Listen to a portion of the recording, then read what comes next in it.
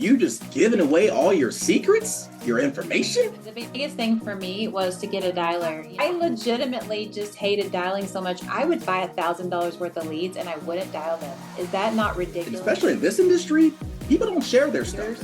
You're like, as a leader of these leaders, I can't do this anymore. I'm not going to lead you to a place where there's no water. You either have a mindset of there's plenty or there's very scarce, right? And I don't think the scarcity mindset ever is going to help you to win. You can't lose what you never had. You either have the ability to earn that level of comp or you don't. No one has said, oh, I'm sad that you brought us here. Like, why would you give your stuff away? Conversations with people and they don't tell you anything. You know what I mean? Like it's like even people in our own office, I'm like, hey, what lead source are you guys using? Oh yeah, we can't tell you that.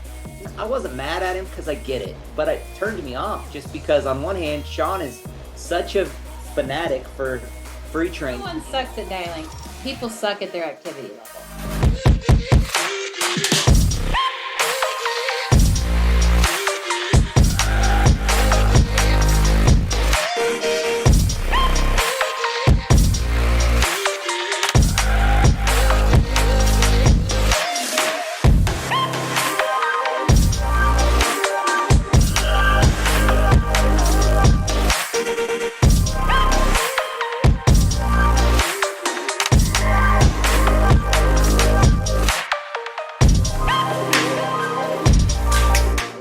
Welcome to the Enter the Haven Team Huddle. Mac Agabor, I'll be your host today. So we have some special guests, and as they get on, I want to kind of set the stage.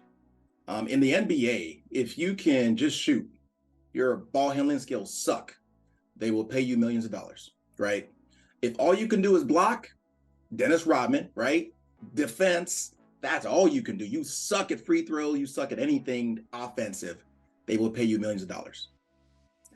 If you can do ball handling, I mean, you can't shoot, but you can do assists, you can pass, they call them assist masters, they will also pay you millions, right?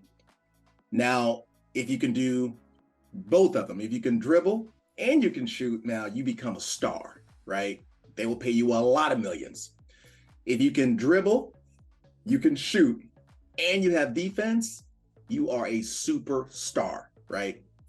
My point in saying that is you want to be a triple threat when it comes to this business, right? Now, even if you didn't become a triple threat and all you could do was one, you would still win, right? So the people we're about to have on, they are what I call superstars in this business. Now, they're great in everything else, but there's a skill set that they got that I think is superb. So as we chat with them, please, I mean, for your sake, drop your questions down in the chat because you're going to want to, because honestly, the opportunities you have to be able to rub shoulders with people like this, it's very, very rare. So let me go ahead and get them on real quick and let's jump straight into this.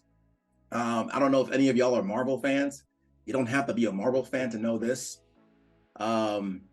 This is the equivalent of Jean Grey and her dynamic duo, Cyclops. That's who we're talking to right now, right? So welcome, Ginger and Kyle. Thank you guys for jumping on. I really appreciate y'all. I'm gonna kind of just jump straight into this. I always like to ask just the question. Word on the street is, you just giving away all your secrets, your information? Is that legit? That's legit. That's legit. Okay, so here's the truth. Guys, in business, there's something called trademark, proprietary. People make you sign NDAs because each business has their secret sauce. And especially in this industry, people don't share their stuff. If they're doing it, they keep it to themselves. And we got someone who's just giving it away. Why? Like, why would you give your stuff away?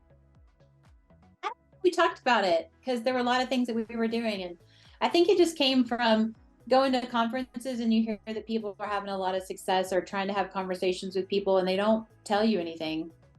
You know what I mean? Like it's like even people in our own office, I'm like, hey, what lead source are you guys using? Oh yeah, we can't tell you that.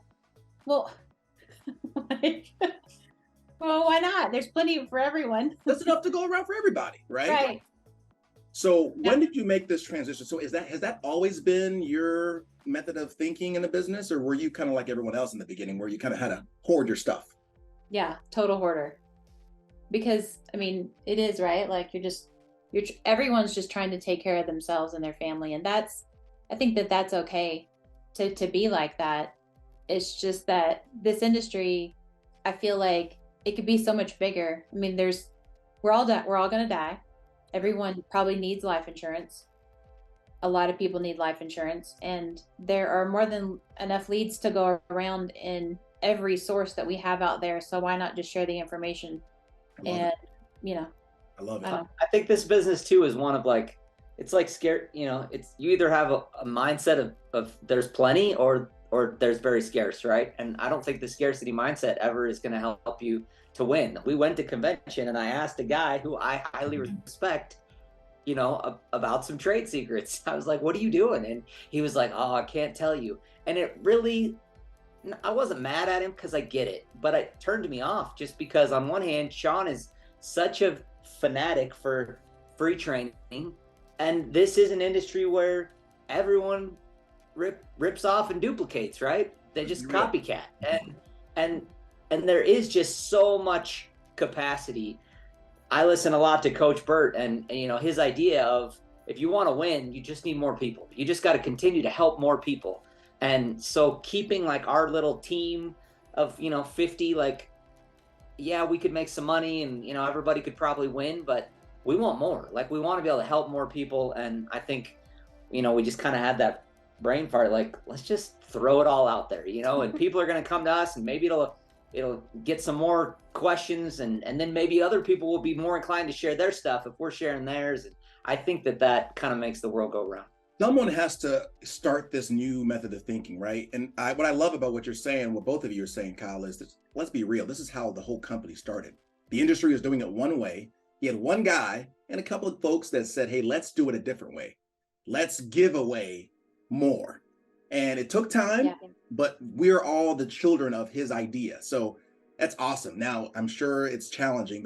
Have you seen the, for lack of a better term, the benefits, blessings from doing that already? Have you seen any change in I'm talking financially? Have you seen that, or is it just more right now, just mentally you feel better about yourself?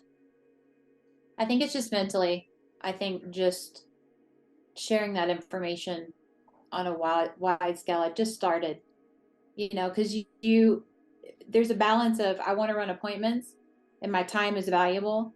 And I think that it came to me when I was teaching agents how to do this one-on-one, and people would ask me about virtual when we first rolled it out. And I felt bad because people would get upset. They're like, oh, you didn't respond to my message, or you didn't help me, or, hey, can I pick your brain? That's like the thing that people say to me the most. And then in my mind, I'm like, well, I don't have time to run appointments.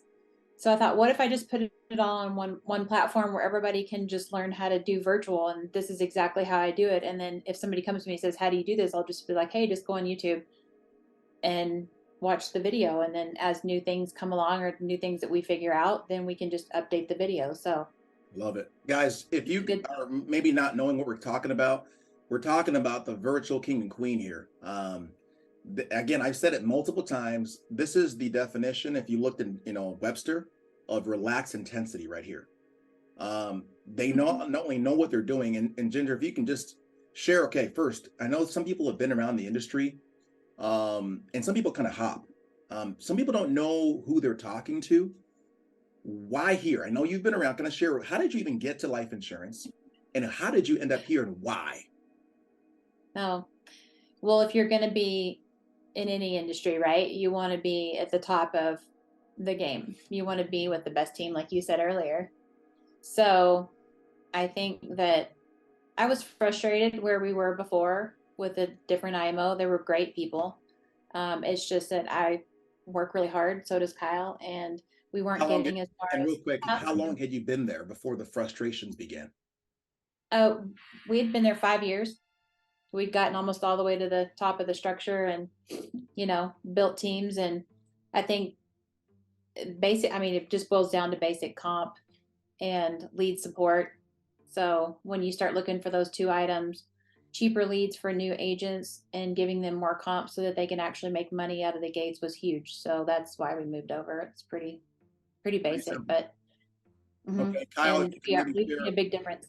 But before you continue, now you two are like a dynamic duo. Were you always doing life insurance together, Kyle? I mean, what was your experience in the industry?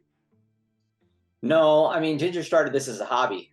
And so she was in medical device sales and then had taken a little sabbatical to write a book. And somewhere along the lines in the back patio, she said, hey, I have a friend that's selling insurance and going on all these trips and making money. And I think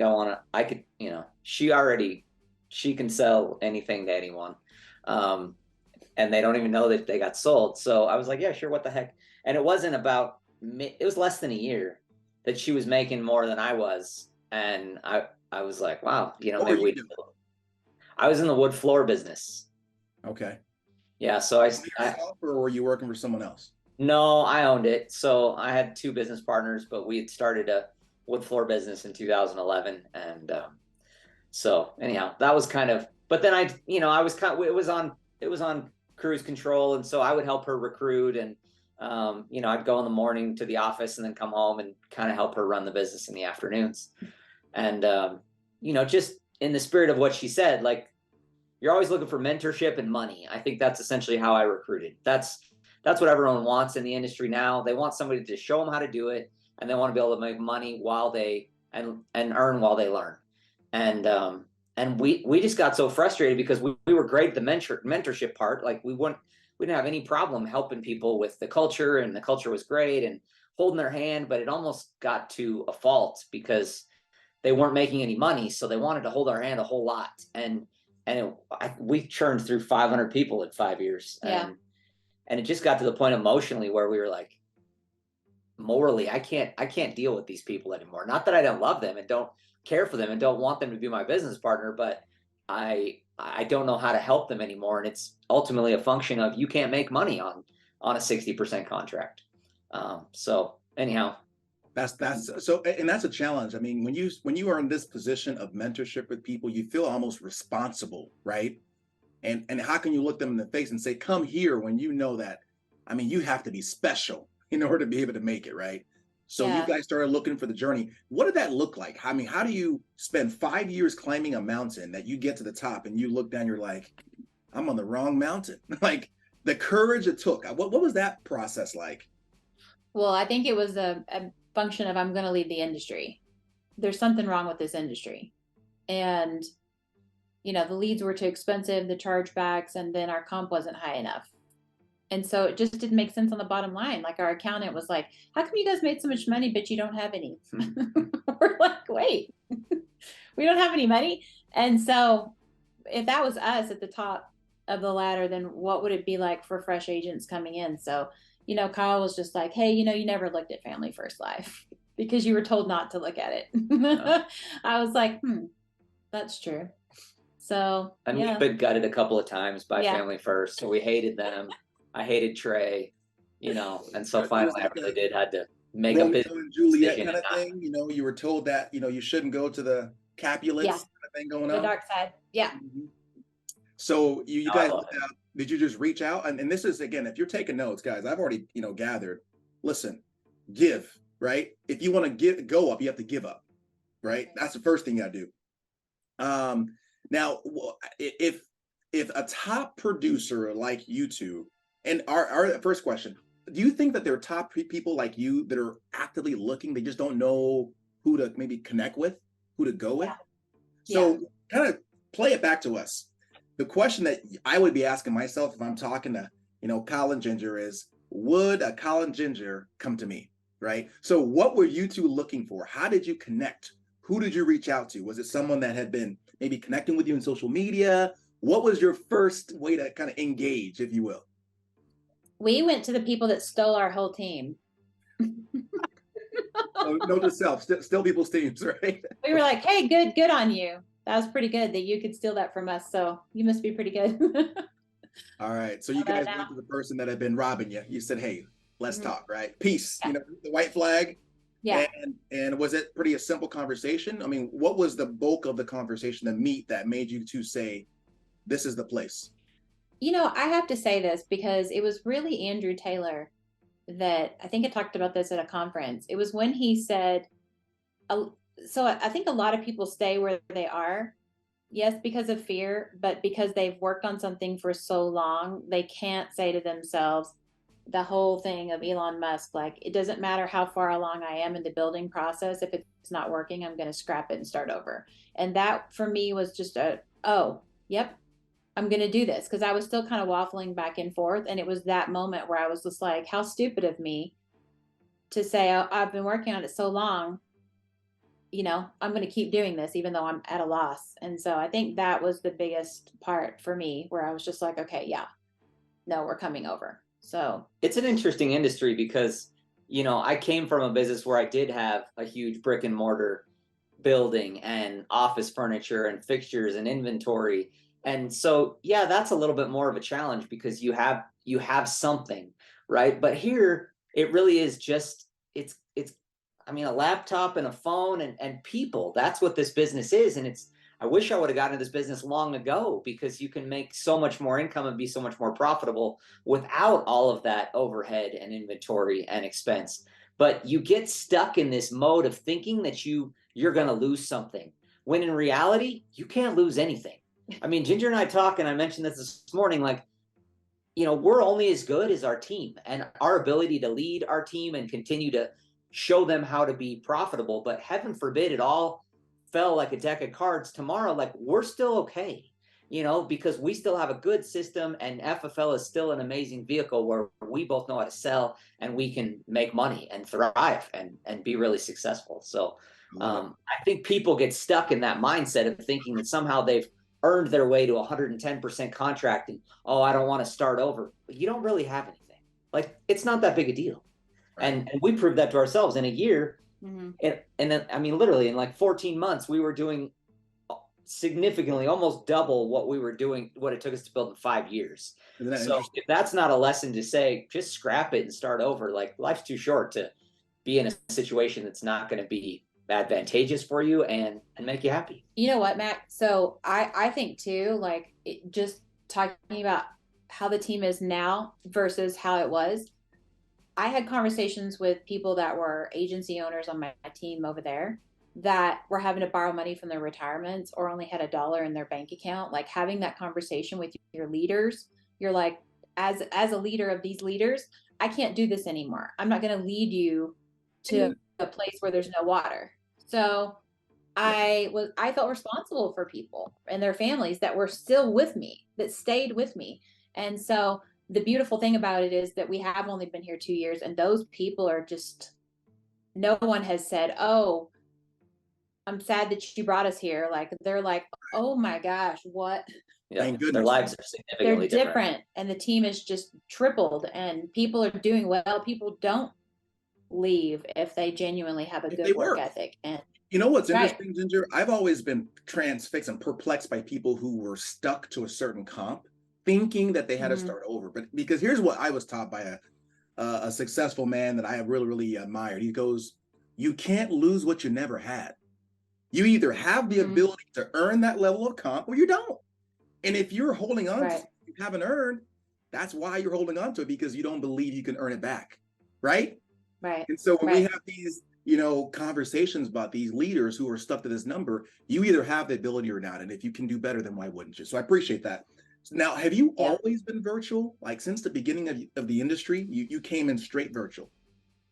No, in the very beginning, I would run in home in San Antonio, Texas.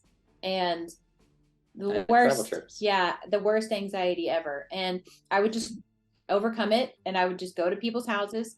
And then I came to a point where I didn't have any leads. And so we would travel. We'd do travel trips. I would buy a chunk of leads in an area. I'd put in standing lead orders in areas, and then I would hire agents to that area, or I would go run those leads. That's why I live in Utah now, because I had a lead order in Utah. And so we were like, oh, I liked Utah. So that's why we ended up moving out here. But yeah, no, virtual was just after I think we went to church on Zoom one day on Sunday, I was like, wow, all these older people know how to use their computers now. They're figuring it out. Like, why can't we figure out how to do life insurance Just online. clicked. Now, let me ask you this. How many years did you run in-home being in the industry before you actually went virtual? Was it a year or two? Three 3 years. And Like you did okay. 2016 to 2020. Yeah. Okay. Oh, So yeah. you were crushing I it. loved it home. Yeah. Mm-hmm. Now, hindsight, having done virtual, would you say you could have done it just as well in the beginning, or would it have been a tougher transition to be just as effective as you are now? Much harder. Much harder. So this is something that I think, and I'll just put it out here and on a recorded video. I think if you're a new agent, you probably should try to do in-home first because it's the easiest way to close. Genuinely. I had people that were just say that one more time. Me. Huh? Yeah. One more time. He said that. Yeah. That's what my kids like. Let me record. I want to see all the people's faces on your call, right? Because they're all like, oh, "That's what Mac's been telling me." Yeah.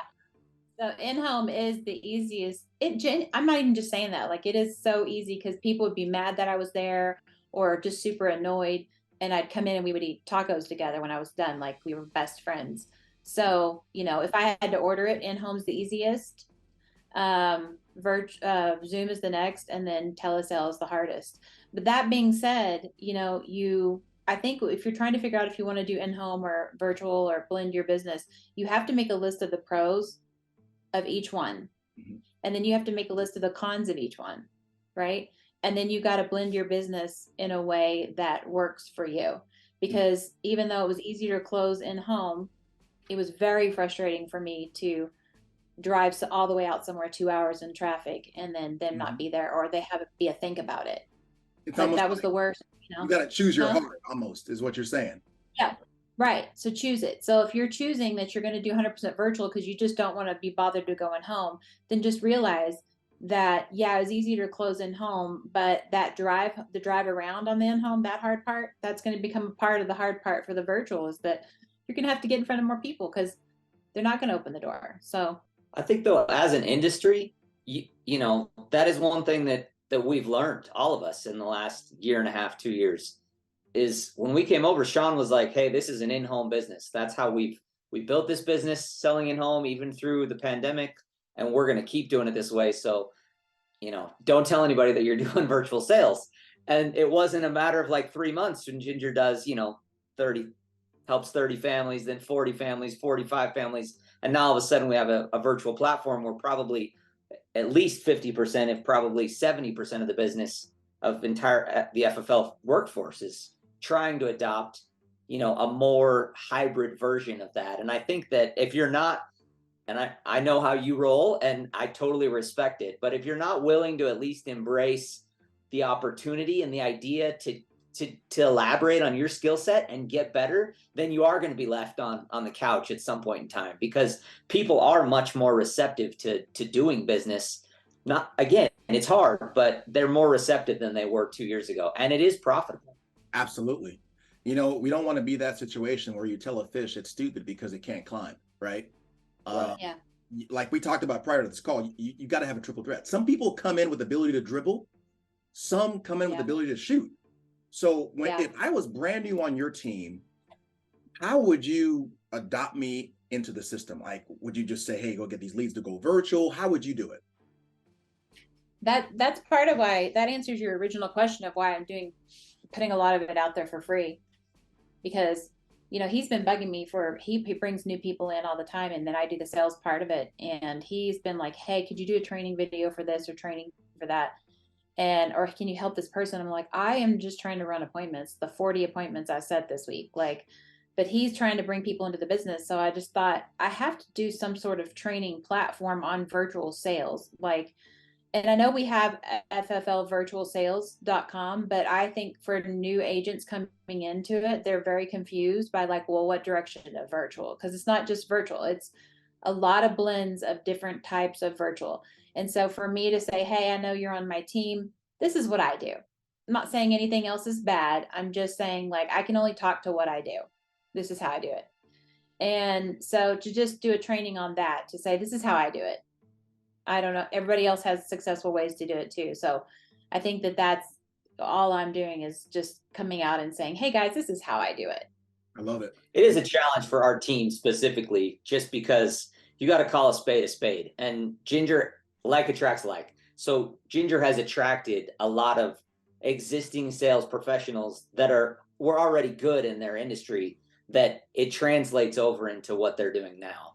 So that does make recruiting outside. I mean, yes, could we recruit and hire somebody to do in-home sales? Yes. But I mean, let's be honest, like that's not what our team does. And so it does kind of restrict the funnel a little more as far as who I'm talking to. Yeah. And this whole YouTube platform, I think, will further kind of educate and even serve as a recruiting tool to kind of tell people what we are and what we do and how we do it before maybe we even have the conversation. I may even say, hey, why don't you go watch a couple of videos and see if that, barks up your tree. Yeah. And if they need to do in-home, I'm probably going to send them to you because I know you're an awesome expert at doing it. Well, hey, Kyle, transitioning for a second. Both of you and I are in the same boat. We both merit above our pay grade. So let me ask this question. Obviously, she does the sales. How did you engage? You were doing something successful. When and why did you decide, you know what, we would be better together? I think that's always the case, Mac. 1 + 1 is 3. If you really, I mean, I did marry up. You did marry up, clearly. I mean, no offense, but Anna's amazing. And so is Ginger. And I just think that instead of like as a couple, I mean, I did a call earlier today and there's a handful of couples and they just have it figured out. If I see them at convention together, if they're running the business together, this is a hard business to do by yourself. Not only to get your spouse to buy in, but to respect the time and the commitment and the work that's really needed to not only sell, but to recruit, to manage, to follow up with the carriers, to manage your books, all that fun stuff. And so I think that it wasn't hard for us to really say, listen, I can compliment you, you can compliment me, or we can just like operate independently. And thankfully, like we do like each other still, and we like to work with each other, and we still stay in our own lane, but we probably offer more opinions about each other's lane than we should sometimes, and we need to stay over here, but it works for us. And so I think in a perfect world, I would almost say every couple should do this together because it's almost too hard to do by yourself. Yeah, it is hard. And again, it's interesting in business, you have two options as far as ways to scale. You can focus on reducing what you're weak at, or you can just get better at your strengths. So in your line of business, Kyle, did you specifically decide I'm going to be the recruiting arm of our business, or did you just kind of fall into that? And then Ginger, you just gonna keep selling. Was that a decision that y'all made together? Or it just fell into it? It was me respecting the fact that she's a lot better at sales than I am. So I took the position that was open. I didn't fight for the position. Let's put it that way. No, well, that was part of it coming over to FFL. Like part of the reason why they don't give you a higher comp for a new agent at other IMOs is because they say that they do a lot of stuff for you. They give you free leads. They do your contracting for you. They split your lead costs for you. So they do all these things for you. So that's why they're not giving you a high comp. Okay. So that's true with some other IMOs out there. But unfortunately, that leaves you without any control over your business. And so coming over here, you have 100% control over your entire business. FFL agents know how to get contracted. They know how to contact a carrier. They know where to buy leads and how to buy leads. If tomorrow FFL folded as far as their lead program, so the ILC thing was non-existent, FFL people would know where to go buy leads. Like we're not waiting like, dogs on like the crumbs to fall off the table, like on the floor. We're straight up like at the table. We know our business backwards and forwards. And that was a big shock for us coming over here, is to learn all of that. And so that's why I needed help, because I was like, wow, this is a full-on business. Yeah. And I've always heard people say that this is like being in the NBA, the MLB of the industry. And I've always heard someone say, if you have the skill to play in the NBA, why not make NBA money, right? Why would you have the skill yet be in CBA or any other industry, right? But in FFL, you do have to be a big girl and big boy, right? Do things and source. I mean, look at you, Ginger. You were like a hunter-gatherer. You went where the animals were. You went where the leads were. You even moved to Utah because that's where you had leads, right? So you made those big girl decisions, again, because you are a business owner. I want to get into nuts and bolts. Ginger, what was your biggest month helping families? Total since you've been at in FFL. It was it over the holidays? It was like 62,000. October. Oh, sorry, 62 families. October was 62,000 families. Crazy, right? Yeah. And we were on vacation. And they're on vacation. We were traveling in the United States. Huh? Tell us about that. Tell us about that a little bit. Do you know why it was the biggest month? That was actually some of the best months we had because I didn't have any distractions. I think that people don't realize I just did a whole training video on schedule and distractions. And that is the reason why people don't do well at virtual. And I get why Sean was nervous about not going in home because he understood that if people were in home, laziness would kick in, distraction would kick in. You already don't want to dial. So now, if the kids want you to go do something like fold laundry, normally that wouldn't have been a fun thing, but now all of a sudden you don't want to dial. Laundry seems super important. So I've actually talked to two of our top producers in the last week. And I mean, these are like big guys, like 40, 50 G's a month. And they both said separately that they're actually moving into a new house so that they can have more space to have a dedicated office. So that they don't feel like they're always working. They've literally both acknowledged like it's causing problems in my family and my relationship because I don't have a place that I can like leave work and go be focused somewhere else. And I think that takes a lot of balls and a lot of maturity to do that. Yeah. One was a guy, one was a girl, but still, I mean, it's tricky to do this at home. Sorry. No, it's good. No, that's good. That's real talk. Here's the truth. I'm amazed by top producers. Two things people ask, well, were they bred or were they born? You mentioned earlier, Kyle, that she came from an industry where she was doing medical device sales. So I want to ask you this. What kind of mindset do you have? You were telling us you were on vacation, but what is your daily mindset for you to produce? So I mean, what really helped me, if I'm just being honest, again, let's just be honest with everybody and not say what we think we should say, say what we're really doing, right? Like, serious, I'm so tired of it. Like, don't tell me you're dialing if you're not. Yeah. So I legitimately just hated dialing so much. I would buy $1,000 worth of leads and I wouldn't dial them. Is that not ridiculous? Ridiculous. Or what? And Kyle would go, why are you not dialing? I would get super mad. I just don't like it. And I would too. Come on. Thank you for being real, by the way. This is what we're for, because listen, this is not a game, right? This is real people's lives. We got people. This is legit. legit. What happens all the time is for the leaders, you get to a position of complacency. You forget what it was like when you had to go hunt. You had to make it. But you get so comfortable. Now you feel somehow you have the luxury just to kind of sugarcoat things. Nah. So I appreciate you. Yeah. So the biggest thing for me was to get a dialer. Kyle just said, if we really calculated how much time your time is worth, and so, if the average premium is $1,000, and that's probably low, let's say 1,200, but $1,000, then you calculate how many hours it takes you to make that $1,000. If all of a sudden I can get in front of 10 people a day and close 50% of them, then why in the world am I doing a $10 an hour activity to make that happen? That does not make any sense to me. And, it wasn't really the money for me why we didn't have a dialer. It was the control. I'm a control freak, and I had to let it go to a dialer that probably couldn't dial as well as I would. That's so dumb, right? I was like, I'm not going to hire a dialer because I can dial him better, but I'm not going to dial him. Huh? I'm too good. And let me ask you this question. If you can, please answer this. A lot of agents have been in that situation. But how do you find this unicorn of someone who is decent enough that's not going to just burn through all the leads you just purchased? Because everyone wouldn't mind a dialer, but finding that's funny you should say that, because I just did a training on that today. I'm going to post it on Google. Listen, follow her. By the way, before you answer that real quick, Ginger, I love what you're doing, because you know how she's just giving information? There's an old African proverb that it takes a village to raise a child. Like, everyone is just helping everyone. Go follow Ginger. She's doing it, right? So please, how do you find one? So I would initially use Upwork.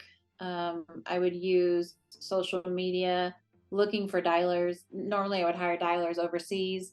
And I've, I've done a training on when to fire a dialer and when to keep them. And, I think that I've been through probably 9 dialers, but it's just because that's the heart of my business. I think having a dial software where you could listen to recordings, and Kyle ran phone rooms forever and was really, really good at it. So there's just a basics to having a dial center or a dial person. We also have a dial training every Thursday with a dialer that I hired stateside, and he's really, really good. So he trains a lot of the dialers from overseas every Thursday. I think the kicker that don't misinterpret that the dialer is not the person, it's the system, right? So I think where people fall in a hole is that they're like, oh, my dialer doesn't work. No, that's not true, because Ginger's dialer works, and we actually have 18 agents on our team that all have overseas dialers, and it works for all of them.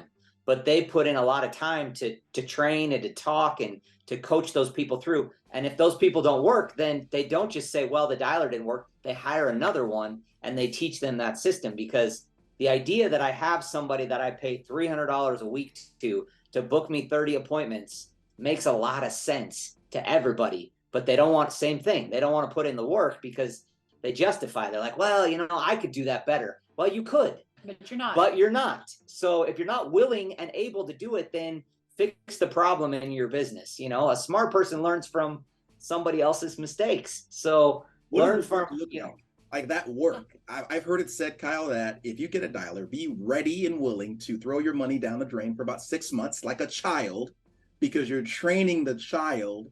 And then in time, 6 months, 3 months, depending, then they'll be worth it. Is that true? Do you know what it's like? Because you're a parent, and any parent that can hear this knows this is true. When you tell your second grader to load the dishwasher, it's like, oh, you are the worst dishwasher loader I've ever seen. Do you want to load the dishwasher forever and teach your child nothing? You have to be willing to take the time to say, come back over, let's have another training on the dishwasher loading. Like the little spinner thing can't get around. Like, I know it sounds dumb, but that's what it is like. It's that lesson of like the father that teaches the son to mow his yard, and the first couple times it sucks, and he keeps coming out and he's like, well, I'll pay you $1 for that one. I'll pay you $2 for this one. I'll pay you $5. And then, it really starts to, you work with them. Like, we talk to our dialer every day. We're texting her all day, talking about no-shows, getting feedback from, different people. So it is a work in progress, but it's funny that, like you said, 3 months, like if I could hire you, Mac, from zero, I would do a lot of damage to make sure that you looked good, real good in 3 months or 6 months. And that would reward me for the rest of my life. Right. So we've had ours for 17 months, and the first 3 months was hell. But now, like, she made us $600,000 last year. So I'll take her. We protected 600 families last year. I know when her birthday is. I know when her kid's birthday is. Like, yeah, you added all that stuff. And let me ask you this. A USA dialer, the word on the street is they're prima donnas, right?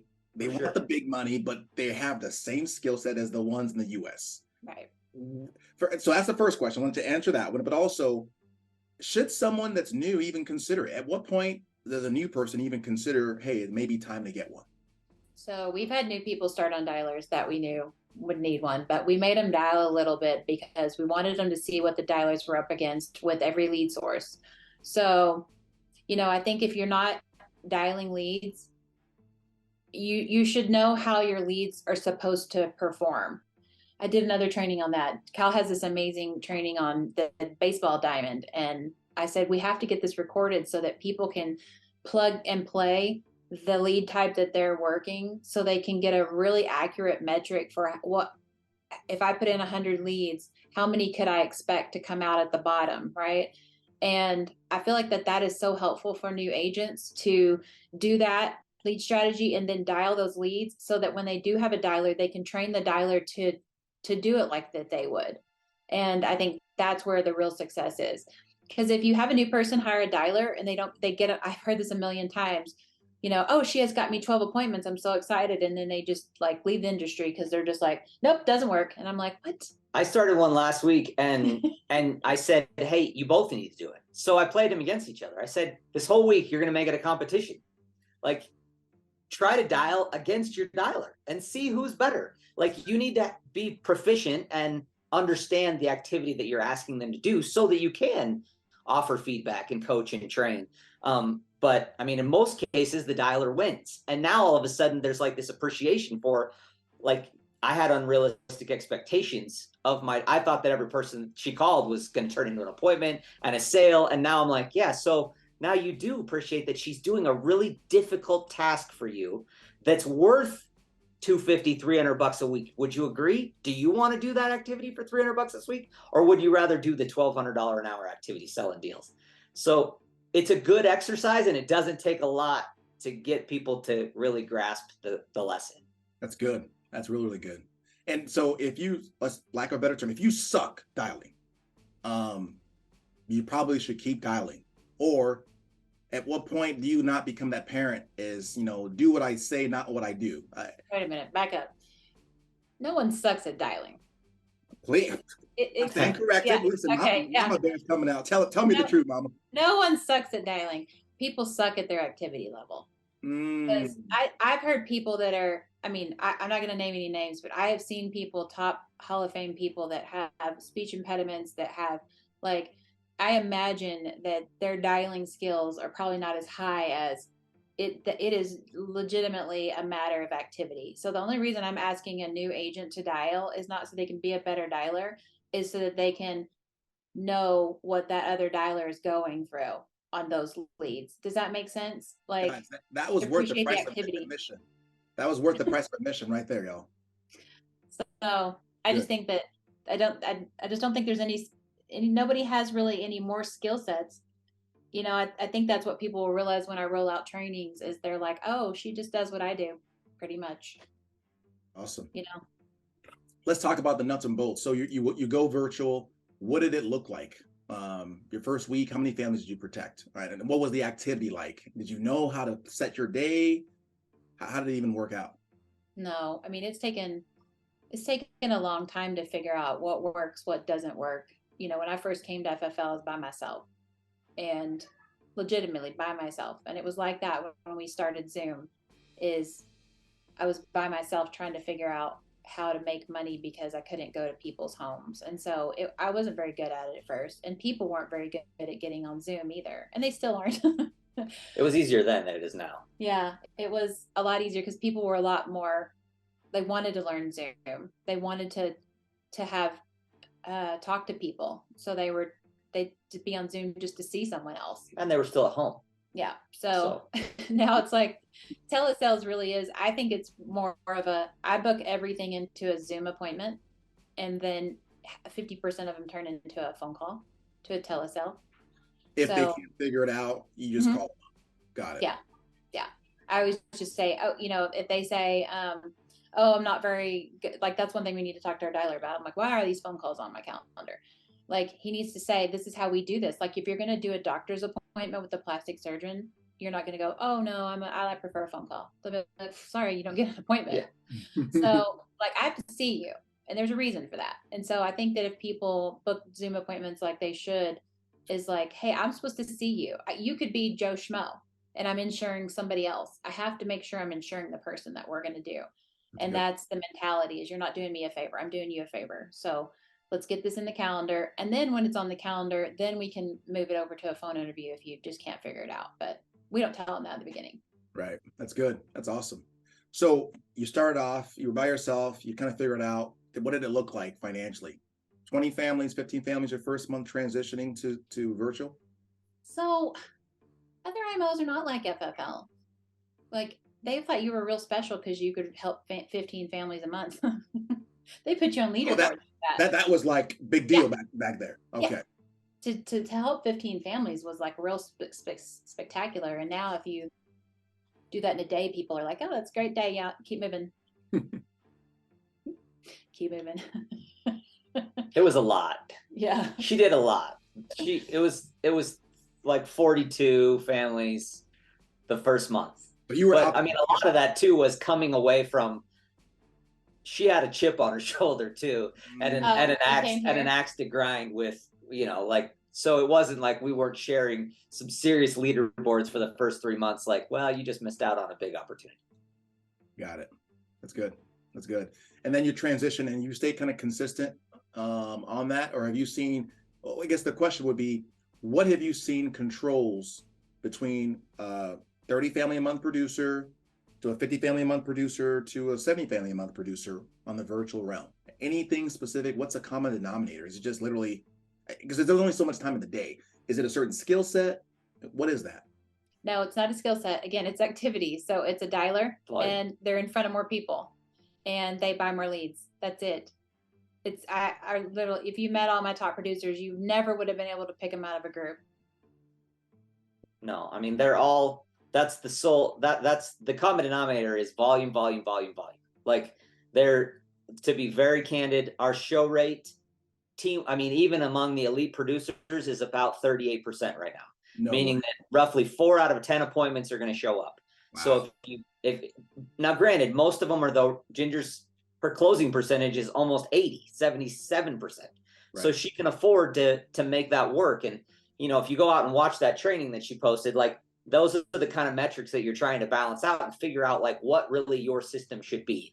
Are you really good on the phones? Do you have a high contact? You know, do you have to make up for talent that you don't have with activity, and so you just dial more people, contact more people, book more appointments, you know, and then where do I do the activity? And then pray that you're a good closer, or are you a good closer so you can buy fewer leads, you know, like you're always massaging those key performance metrics to try to make sure that enough money or your target revenue pops out at the end of the week or at the end of the month. So what if you're what if you're bad at being a business owner and you don't track your numbers very well? You're brand new. You leave the business.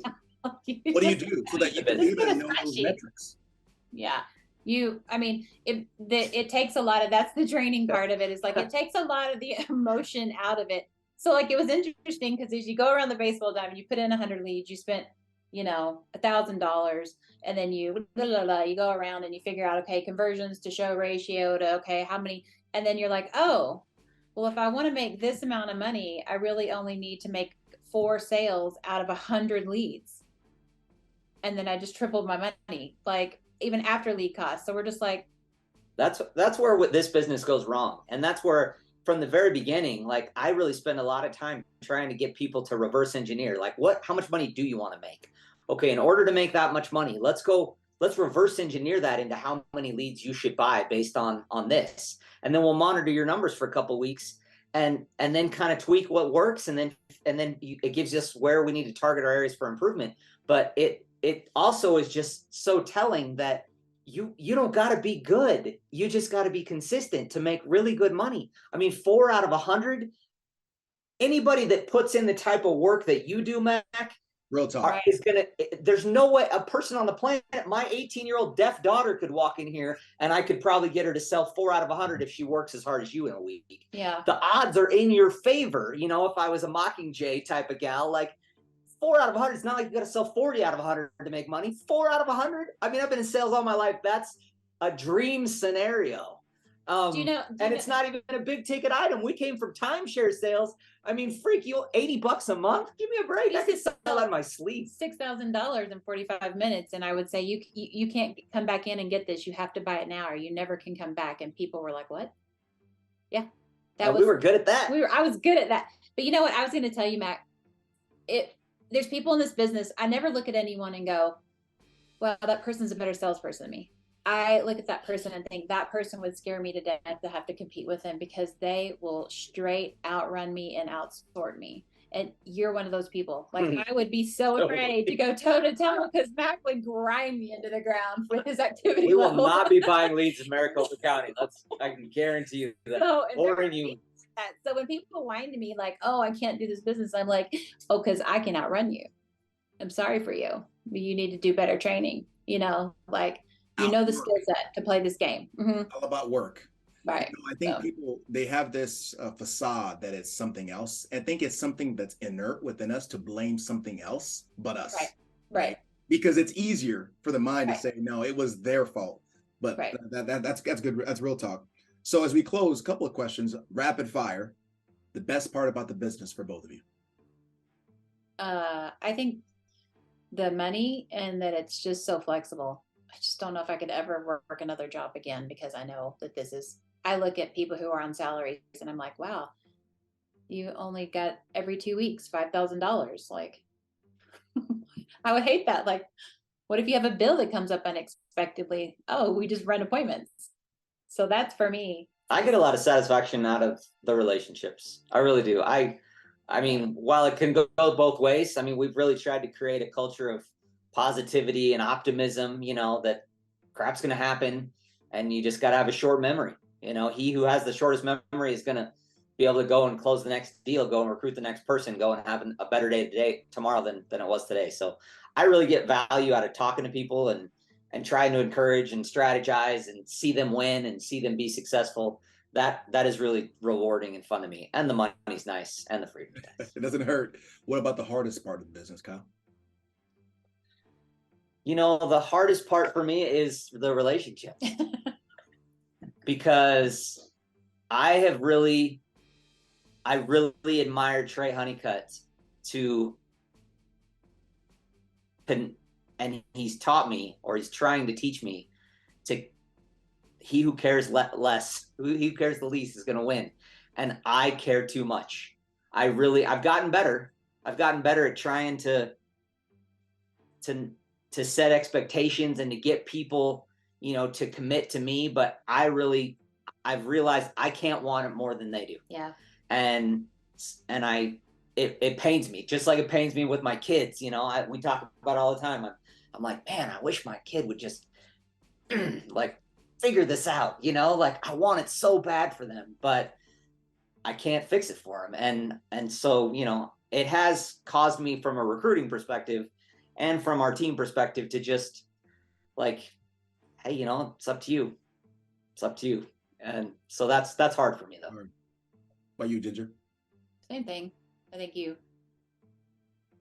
have a way of doing things and a work ethic, and you pour a lot into people, and they don't want it as much as you want it for them. So that is the hard part of having a team. These people don't work for you, you know. It's a volunteer army, isn't it? Yeah, you all work together, and you just want things for people that they don't want for themselves. It's not that it's disappointing. I think sometimes it's perceived as, from the team, like, oh, I don't want to be a disappointment. It's not that. It's that you see so much potential when good people are paired with a perfect opportunity, and you're like, man, this could be so good for you. And you see it. I mean, we got to go to that Hall of Fame dinner, and I was just like, dude, like, here's the perfect person with a great work ethic and a positive attitude. And now, like, look at them. Like, they're killing it, and they've got a career. None of those people are going to leave. They're always going to be in the business because they've now proven to themselves, you know, that they can do it. And sometimes you just see that in people, and they don't see it in themselves, but it's not for lack of our trying. We try to instill that in them. Someone's asking contact information. If you look on the chat, that's that YouTube channel. Jump on it, and hey, Ginger, if you've been, you know, looking behind your back, wondering, you know, someone's watching me, it's me. Listen, I've been like, wow, this is good stuff. You're so cute. Yeah, I'm gonna work on the good stuff next week, because I wanted to have something where somebody new could come in and just have the basics, and then really get into the meat and potatoes of how the business works and what we do from day to day. So that's going to be fun. What's wonderful about the business, y'all, is you'll find out when you see enough trainings, it's all the same. But the question is, who do you relate to the most? Right? So, you know, you figure, and that's what I've loved about it. I mean, you guys have been parents, and if you've ever been a parent, you give the same good advice to your kids, but sometimes they just don't relate to you as well when your neighbor's friend says it. Oh, and it's like the best thing ever. You're like, I just said that. But so for all of you watching, ready, the teacher appears, right? Right. And that's the truth, right? So for all of you watching this, the goal is we can shoo you to whoever will allow it to be able to come, and you'll understand it the best way you can, and you can't understand it. If someone, let's say they didn't have time for the training, right? You were getting them started. What would that look like? Like, what would you tell them? Okay, I want to do virtual. Where do you go for your leads? What should I expect my first 30 days? And then where do I transition from there? What would that look like? It's somebody set it up for time for training. I would say, go look at the training. I'm not going to give you the easy. Right. It's no easy, right? Yeah. No, not going to do that. Because it's, you know, there's so much. Like I could just say, if I said to somebody, oh, go get a bunch of mortgage protection leads, am I doing somebody a service? No, I know they're not going to be as profitable. So that's why you do the training, is to understand the philosophy behind everything, of why that's being done that way. So you can have the same philosophy in your own business. Right. That's yeah. good. I mean, she does a really good job when she like shows her Zoom presentation. She's like, there's a reason, like every slide has a point. This is what you're trying to communicate. You're trying to overcome trust and credibility. You're trying to overcome need. You're trying to overcome affordability. So there's always a reason to everything that we do, so that essentially you're answering all the questions and objections before you even ask for the money, ask for the sale. And then the sale is easy to ask for. That's what people don't spend enough time in trying to understand. Like, where am I closing all these doors so that people can't walk out them at the end of the day when I'm asking them for the sale?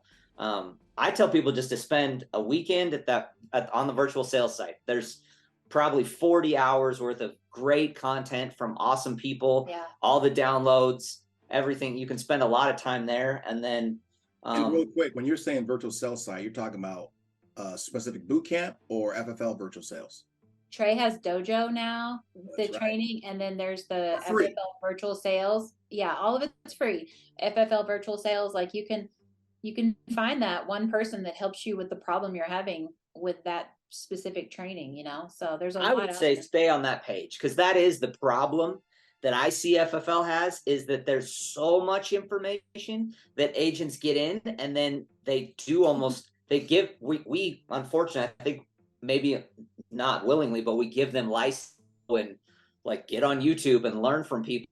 Like a confused mind doesn't buy. And so now their mind as a new agent is confused, and now they're not buying into what the plan and what the strategy is. And you want to get them making money in 30 days. So I would say keep them on one site, on one specific platform, and, you know, have them return and report. Right. Mm-hmm. But yeah. And then as far as leads, we talk about high response versus high intent.